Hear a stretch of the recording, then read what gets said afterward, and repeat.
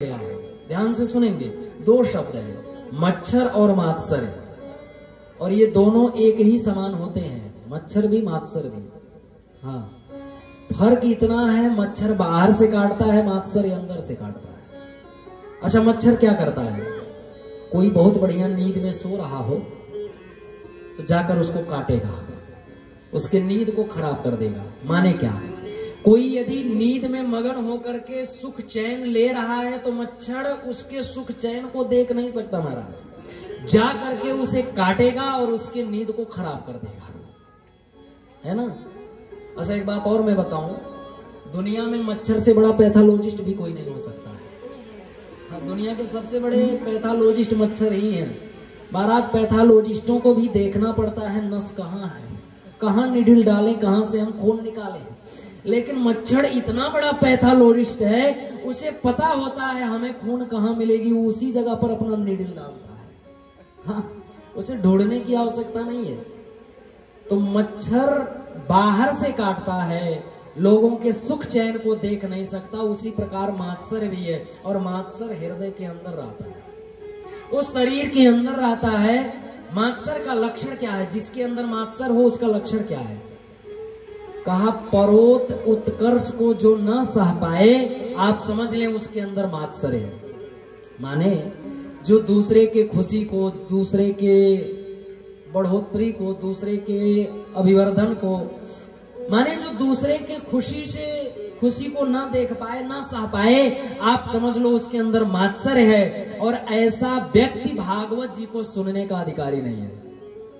ध्यान से सुनिएगा, जिसके अंदर से मात्सर्य निकल जाए, भागवत कथा सुनने का अधिकारी वह व्यक्ति है।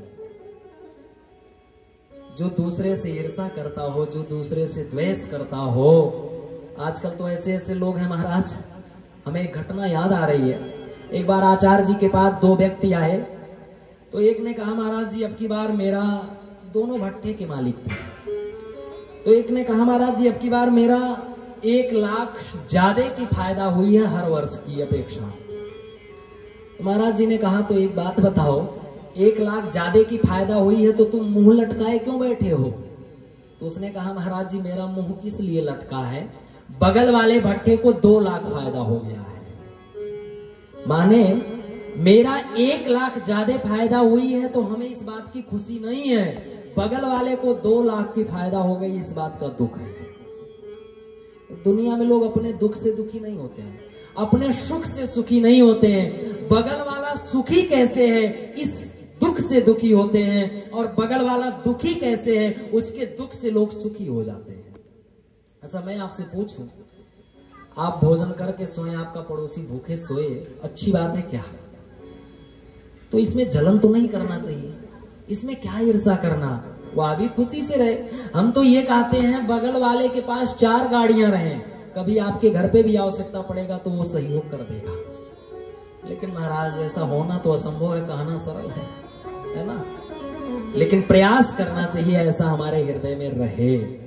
हम किसी दूसरे के खुशी को देखकर जले ना, बल्कि और उत्साह वर्धन उसका करें। और आज तो ऐसा ही चल रहा है, कैसे दबा दें, लोग कमियां ढूंढते हैं, अच्छाइयां नहीं मिलती है, कमियां ढूंढते हैं लोग। हाँ, अच्छाई कितनी है ये उनको नजर नहीं आता है, कमी कहां कहां है। अच्छा, हम कहते हैं भाई साहब कमियां क्यों ढूंढते हो, दुनिया में कौन ऐसा है जिसके अंदर कमी नहीं है। खैर, अस्तु, हम लोग भागवत जी पर ध्यान दें। बोलिए बाल कृष्ण लाल की। मैं निवेदन कर रहा था, भागवत जी को सुनने का अधिकारी वह व्यक्ति है जो निर्मत सराणाम सताम, जिसके अंदर से मात्सर्य निकल गया हो, सच्चे अर्थों में श्रेष्ठ श्रोता वही भागवत जी का है। और इसके बाद में फिर बताया भागवत जी का संबंध क्या है। तो कहा भागवत जी का संबंध है वेद्यम वास्तव मत्र वस्तु शिवदम।